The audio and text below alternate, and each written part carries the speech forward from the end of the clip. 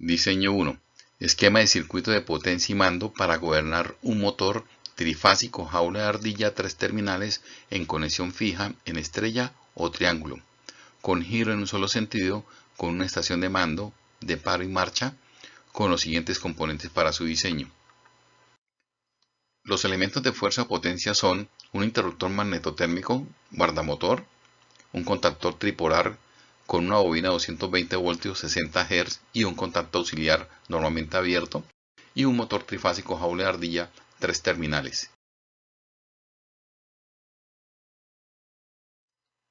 Los elementos de mando, maniobra o control son los pulsadores sencillos que vamos a utilizar para este circuito. Van a ser uno normalmente cerrado y uno normalmente abierto.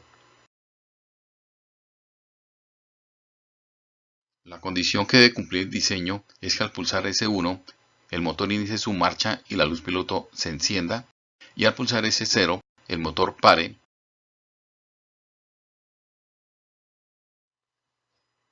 Para realizar nuestro diseño de circuito de fuerza o potencia, necesitamos algunos elementos, como cuáles, la red de distribución. Entonces vamos a alimentaciones y seleccionamos una red trifásica compuesta a tierra. La copiamos y la traemos a nuestro diseño. Luego vamos a automáticos y disyuntores y seleccionamos una protección trifásica. En este caso va a ser el disyuntor trifásico, que es el mismo guardamotor. Igualmente lo traemos, lo copiamos y luego vamos a contactores e interruptores y seleccionamos un contactor trifásico.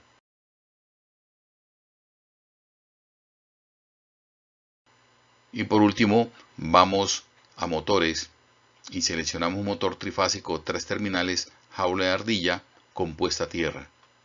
Vamos a cables y conexiones y seleccionamos la conexión trifásica y empezamos a conectar L1, L2 y L3 con las entradas del guardamotor, que son 1, 3 y 5.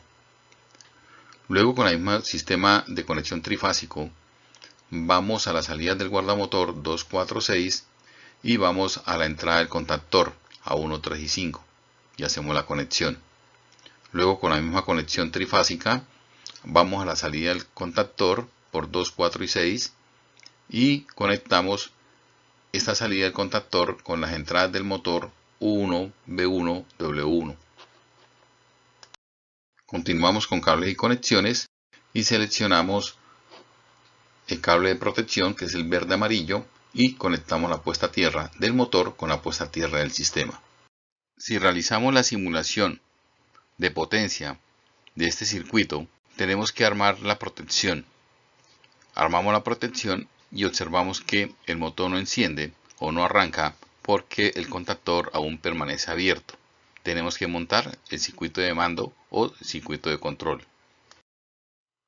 Para diseñar el circuito de mando o control necesitamos un sistema de alimentación. Este sistema de alimentación debe ser 220 voltios. ¿Por qué? Porque el contactor se conecta y funciona a 220 voltios 60 Hz. Entonces vamos a cables y conexiones, seleccionamos cable fase y tomamos el punto de conexión L1 por encima del guardamotor. Hacemos la conexión y sacamos la primera línea de alimentación para la parte de control. Luego, con el mismo cable fase, hacemos la conexión de la línea L2 y sacamos la segunda línea de alimentación para el circuito de control. Para continuar con nuestro diseño de circuito de mando y control, necesitamos traer los demás elementos. Estos elementos son dos pulsadores sencillos. Entonces vamos a accionamientos, seleccionamos un pulsador normalmente cerrado, identificado con 1112, lo copiamos. Luego vamos también a accionamientos y traemos un pulsador normalmente abierto, identificado por los terminales 13, 14. Luego vamos a bobinas y señalizaciones y traemos la bobina del contactor que estamos trabajando. Se identifica porque la entrada es A1 y la salida A2. Para continuar con nuestro circuito de mando y control, debemos realizar el cableado de los pulsadores y la bobina. Para esto vamos a cables y conexiones y seleccionamos cable fase. Con cable fase seleccionamos un punto de conexión sobre la línea L1 y entramos por 11 del pulsador de paro. Luego cableamos la salida 12 del pulsador de paro con la entrada 13 del pulsador de marcha. Luego cableamos la salida 14 del pulsador de marcha con la entrada de la bobina A1 del contactor. Luego la salida de la bobina A2, vamos a la segunda línea de alimentación L2 y montamos la primera línea. Vamos a simulaciones y lo primero que hacemos es rearmar la protección guardamotor o disyuntor trifásico. Después de armar la protección, vamos al pulsador de marcha. Normalmente el que está abierto, pulsamos, vemos que este se empieza a cerrar, pero el otro pulsador de paro se empieza a abrir. De esta forma, al actuar contrarios y tener el mismo nombre, no permite que la bobina se energice. Por tal motivo, el motor no empieza su marcha. Esto debido a que tienen el mismo nombre, debemos cambiarlos o renombrarlos. Dentro del circuito de mando y control necesitamos identificar los pulsadores. Vamos al primer pulsador normalmente cerrado, damos doble clic y lo llamamos S0. Su función es parar el motor. Entonces le damos la función de stop, seleccionamos la función y OK. Ahora nos ubicamos sobre el pulsador normalmente abierto, damos doble clic y lo llamamos S1. Su función principal es colocar en marcha el motor. Entonces lo llamamos Start, seleccionamos la función y damos OK. Igualmente, falta renombrar el contactor como KM1 y asociar la bobina a este contactor como KM1. De esta manera queda montada e identificada la primera línea de mando. Como ya se montó la primera línea del circuito de mando, debemos probarla. Vamos a edición, que es la simulación del circuito de KSIMU. Armamos la protección disyuntor o guardamotor y vamos y pulsamos S1 y vemos que el motor inicia su marcha. Tenemos el mismo inconveniente, nos falta la memoria para hacer retención, autorretención, enclavamiento o memoria. Entonces procedemos a montar la segunda línea. Para el montaje de la segunda línea necesitamos un contacto auxiliar abierto.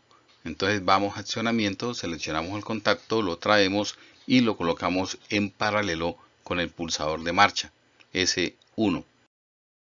De una vez lo rotulamos como KM1 y damos OK.